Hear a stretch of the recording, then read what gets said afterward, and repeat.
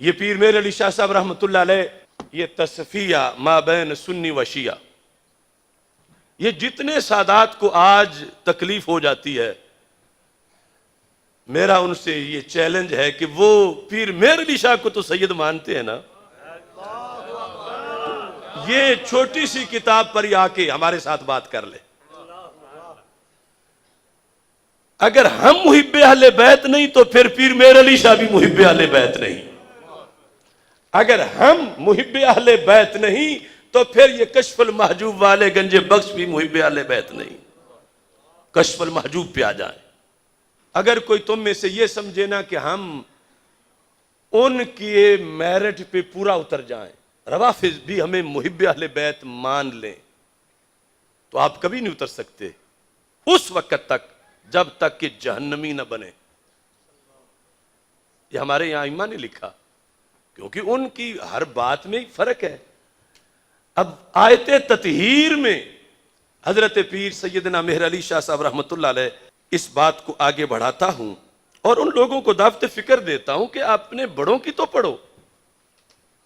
ہمارا صرف یہی قصور ہے کہ ہم نے ان کو پڑھا ہے اور ان کے حوالے ہر جگہ پہ دیتے ہیں۔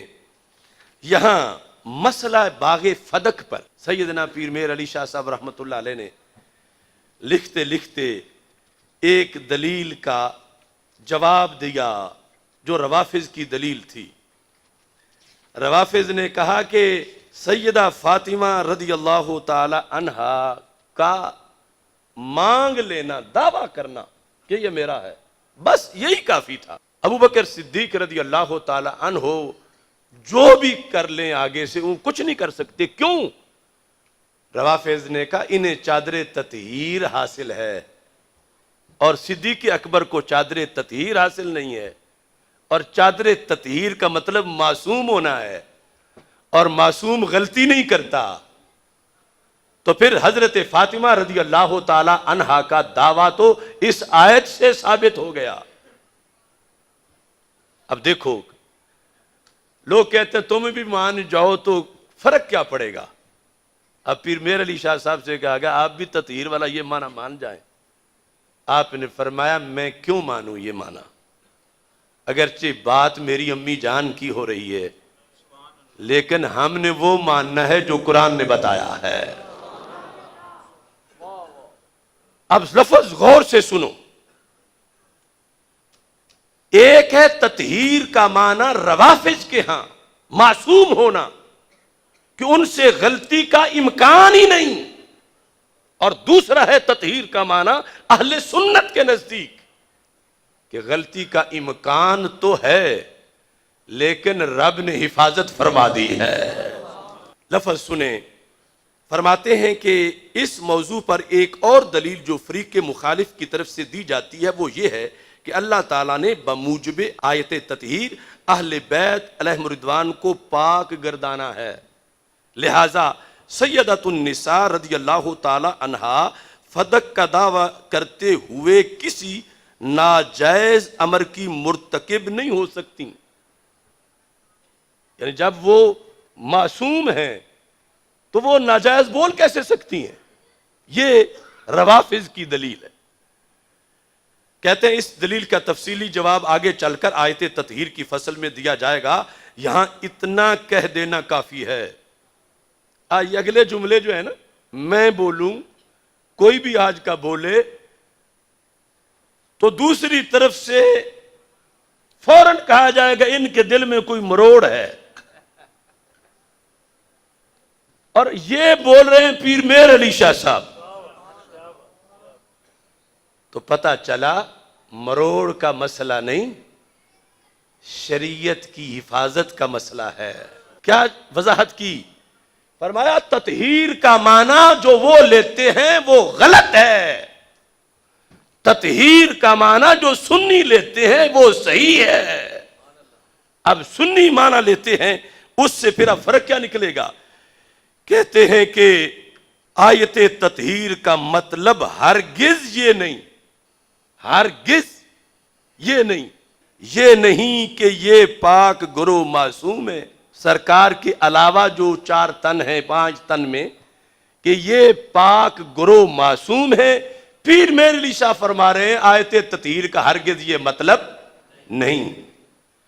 تطہیر ہے مگر یہ معصوم نہیں.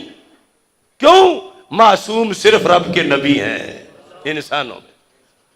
تطہیر کا جو معنی رب نے دیا وہ بھی بڑی شان ہے، لیکن تطہیر کا یہ مقصد نہیں کہ انہیں نبیوں کے ساتھ ملایا جائے.